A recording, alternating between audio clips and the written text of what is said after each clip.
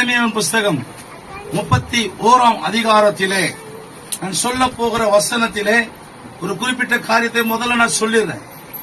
அதைதான் வாக்குத்தத்தமாய் கொடுத்திருக்கிறார். பிறகு அது முழு வசனத்தை நான் சொல்லுகிறேன். 9வது வசனத்திலே அவர்களை வழி நடத்துவேன். கரங்களை தட்டி கர்த்தரை மகிமைப்படுத்துவோமா? கர்த்தருடைய பிள்ளைகளை யார் யார் இங்க இருக்கிறீர்களோ, யார் யார் இருக்கிறீர்களோ அத்தனை பிள்ளைகளை கர்த்தர் சொல்ற ஒரு வார்த்தை, அவர்களை நான் வழி நடத்துவேன். கரங்களை தட்டி மறுபடியும் ஒரு விஷயம் கூட தேவ பிரசன்னத்தினால நிறைந்து சொல்லும். ஆண்டவரே, நீர் என்னை வழி நடத்துவேன் சொல்லிருக்கிறீங்க. எங்க குடும்பத்தை வழி நடத்த போறீங்க, எங்க பிசினஸ் வழி நடத்த போறீங்க, எங்க பிள்ளைங்களை வழி நடத்த போறீங்க. ஆண்டவரே, கையை தட்டிட்டே சொல்லுங்க. ஆண்டவரே, எங்க ஊழியத்தை வழி நடத்த போறீங்க. ஆமீன். எங்களை வழி நடத்த போறீங்க, நீங்க வழி நடத்த போறீங்க. ஆண்டவரே, ஹல்லேலூயா.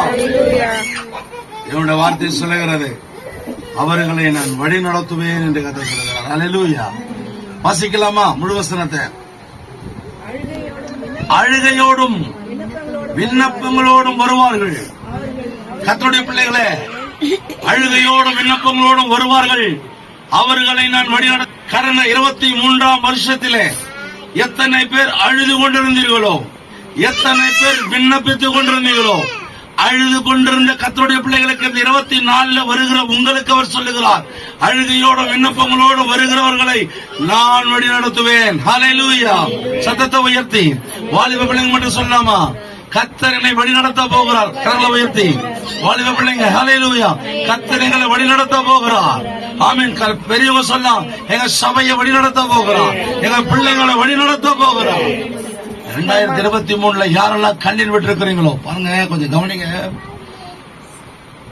வெறும் கண்ணீர் விட்டவனுக்கு அல்ல, வெறும் விண்ணப்பம் பண்ணினாலும் பரவாயில்ல, சும்மா எழுதுன்னு பாருங்க, சும்மா அழுவான் பாருங்க. எனக்கு அப்படி நடக்குது அப்படி நடக்குது, அவனுக்கு இல்ல. இந்த அழுகை விண்ணப்பங்களோடு சேர்ந்து வருகிற அழுகை. இது நடக்காதா? கர்த்தர் இதை செய்ய மாட்டாரா? என் குடும்பம் ஆசீர்வதிக்க மாட்டாரா?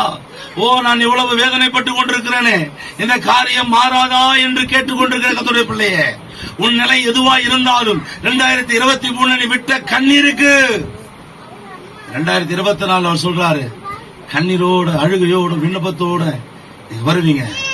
எந்தெந்த விண்ணப்பங்களா நீங்க வச்சிருக்கிறீங்களோ, எந்தெந்த காரியங்களை அழுது இருக்கிறீங்களோ அத்தனைக்கும் நான் பதில் சொல்றேன். சொல்றாரு, நான் சொல்றேன், அவர்களை யாரெல்லாம் ஆண்டவரிடத்துல வருகிறார்களோ அவர்களை வழி நடத்துவேன் என்று சொல்கிறார்.